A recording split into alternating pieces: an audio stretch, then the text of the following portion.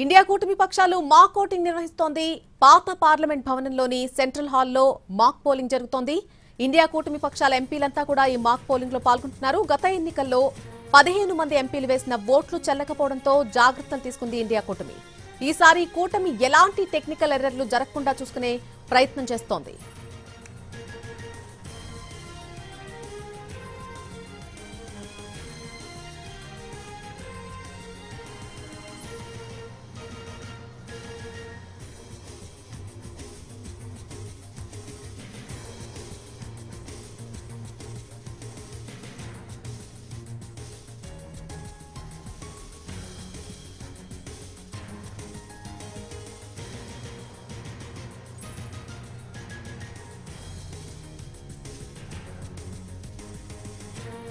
రేపే ఉపరాష్ట్రపతి ఎన్నిక ఉండబోతోంది. దీనికి సంబంధించి ఇండియా కూటమి పక్షాలు మాక్ ఓటింగ్ ప్రస్తుతం నిర్వహిస్తోంది. పాత పార్లమెంట్ భవనంలో సెంట్రల్ హాల్లో ఈ మాక్ పోలింగ్ అనేది జరుగుతోంది. ఈ మాక్ పోలింగ్ కి సంబంధించి పూర్తి అప్డేట్ మా ప్రతినిధి ప్రసాద్ అందిస్తారు. ప్రసాద్, ప్రస్తుతం జరుగుతున్న ఈ మాక్ పోలింగ్ కి సంబంధించి పూర్తి ఇన్ఫర్మేషన్ ఏంటి? పాత పార్లమెంట్ భవనంలో సెంట్రల్ హాల్లో ఇండియా కూటమి చెందిన పక్షాల చెందినటువంటి ఎంపీలంతా కూడా సమావేశమయ్యారు. ఈ సమావేశంలో అందరికీ కూడా ఆ ఓటు అంటే బ్యాలెట్ ఏ రకంగా ఉంటుందో ఆ కాపీలను అందజేయడం జరిగింది. ఆ కాపీల్లో ఇద్దరు పేర్లు ఉన్న ఎన్డీఏ కూటమి అభ్యర్థి పేరు, అదేవిధంగా కింద ఇండియా కూటమి అభ్యర్థి పేరు. ఆ రకంగా ఆ అభ్యర్థి పేరు ఎదురుగా ఉన్నటువంటి బాక్స్ లో 1 అనే అంకె వేసేయాలి అని చెప్పడం జరిగింది. పూర్తిగా అవగాహన కల్పించేందుకు గాను ఈ సమావేశాన్ని ఏర్పాటు చేశారు. అందరూ కూడా ఇప్పుడే కొద్ది నిమిషాల క్రితం ఈ సమావేశం ముగిసి అందరూ కూడా వెళ్ళిపోతున్నారు. ముందుగా కాంగ్రెస్ పార్టీ చెందినటువంటి సీనియర్ నేత జయరాం రమేష్ ఈ అవగాహన కల్పించే కార్యక్రమంలో అందరిని ఉద్దేశించి మాట్లాడడం జరిగింది. ఆ తర్వాత సమాజ్వాదీ పార్టీ చెందినటువంటి నేత కూడా ఈ సమావేశంలో పాల్గొని ఏ రకంగా సభ్యులు ఈ ఓటింగ్ లో పాల్గొనాలన్న అంశంపై అవగాహన కల్పించడం జరిగింది. కేవలం ఒక అరగంటలోనే ఈ సమావేశం ముగిసిపోయింది. వెంటనే అందరూ కూడా వెళ్తున్నారు. రేపు ఉదయం 10 గంటలకు ప్రారంభమైన ఈ ఓటింగ్ ప్రక్రియలో తొలి గంటలోనే అందరూ కూడా వచ్చి 5 గంటల లోపు కాకుండా తొలి గంటలోనే ఓటింగ్ లో పాల్గొని అందరూ కూడా వేగంగా పాల్గొనని చెప్పి కూడా సూచన చేయడం జరిగింది. ఆ మేరకు రేపు ఉదయమే అందరూ కూడా పెద్ద సంఖ్యలో ఓటింగ్ లో పాల్గొని తమ ఓటు హక్కును వినియోగించుకుపోతున్నారు.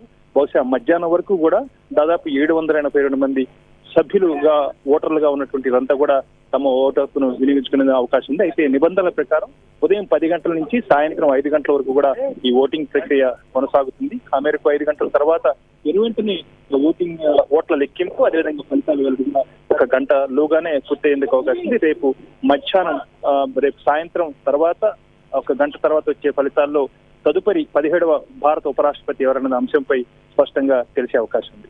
అయితే ప్రసాద్, రేపు 17వ ఉపరాష్ట్రపతి ఎవరు అనేది తెలిసిపోబోతుంది. రేపు ఎన్నిక ఉండబోతుంది. దీనికి సంబంధించి ఇండియా కూటమికి చెందినటువంటి నేతల దగ్గర నుంచి ఎటువంటి రియాక్షన్ వినిపిస్తోంది? ఎంత కాన్ఫిడెన్స్ తో కనిపిస్తున్నారు?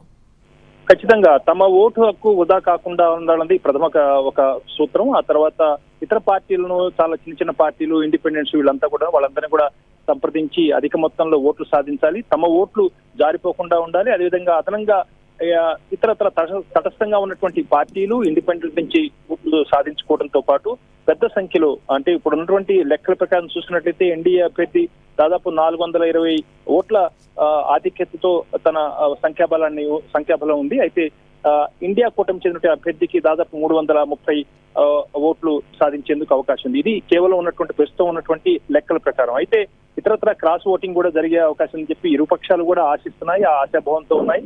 కాబట్టి చూడాలి ఎవరెవరు క్రాస్ ఓటింగ్ పాల్గొనేందుకు అవకాశం ఉంది. పైగా బీఆర్ఎస్ పార్టీ ఓటింగ్ లో పాల్గొనడానికి సిద్ధంగా లేనట్టుగా గైర్హాజరయ్యేందుకు కూడా నిర్ణయం తీసుకున్నట్టుగా తెలుస్తుంది. దీనిపై ఒక స్పష్టమైనటువంటి ప్రకటన కూడా వచ్చే అవకాశం ఉంది. ఏదైనప్పటికీ కూడా ఈ ఓటింగ్ ప్రక్రియలో అందరూ కూడా తమ ఓటు హక్కును వినియోగించుకోవాలి, సద్వినియోగం చేసుకోవాలి. ఎక్కడక్కడ ఓటు వృధా కాకుండా పోయేందుకు గాను అన్ని జాగ్రత్తలు తీసుకునేందుకు ఇలా మాక్ ఓటింగ్ లో పాల్గొనడం జరిగింది. ఈ రోజు సాయంత్రం బహుశా బీజేపీ నేతృత్వంలో ఎన్డీఏ కూటమి చెందినటువంటి పక్షాలు చెందినటువంటి ఎంపీలంతా కూడా మాక్ ఓటింగ్ లో పాల్గొని వారు కూడా సమాయత్తమయ్యేందుకు అవకాశం ఉంది. ఈ రోజు సాయంత్రం పార్లమెంట్ భవన సముదాయంలోనే ఉన్నటువంటి జిఎంసీ బాలయోగి ఆడిటోరియంలో బీజేపీ, ఎన్డీఏ పక్షాలు చెందినటువంటి ఎంపీలు మాక్ ఓటింగ్ లో పాల్గొనేందుకు అవకాశం ఉంటుందిగా తెలుస్తుంది. ఇరు పక్షాలు కూడా ఆశాభావంతో ఉన్నాయి. ఒకరు క్రాస్ ఓటింగ్ చేసుకుని తమ అభ్యర్థికి మరింత భారీ సంఖ్యలో మద్దతు తెలిపేందుకు అవకాశం ఉందన్న అంశాన్ని వ్యక్తం చేస్తున్నారు. Right Prasad, thank you for the update. ప్రస్తుతం అయితే ఇండియా కూటమి మాక్ పోలింగ్ అనేది కొనసాగుతోంది. ఈ రోజు సాయంత్రం 4 గంటల సమయంలో ఎన్డీఏ పక్షాలకు సంబంధించినటువంటి మాక్ పోలింగ్ కూడా జరిగేటువంటి అవకాశం కనిపిస్తోంది. రేపు ఉపరాష్ట్రపతి ఎన్నిక ఉంది, చూడాలి మరి.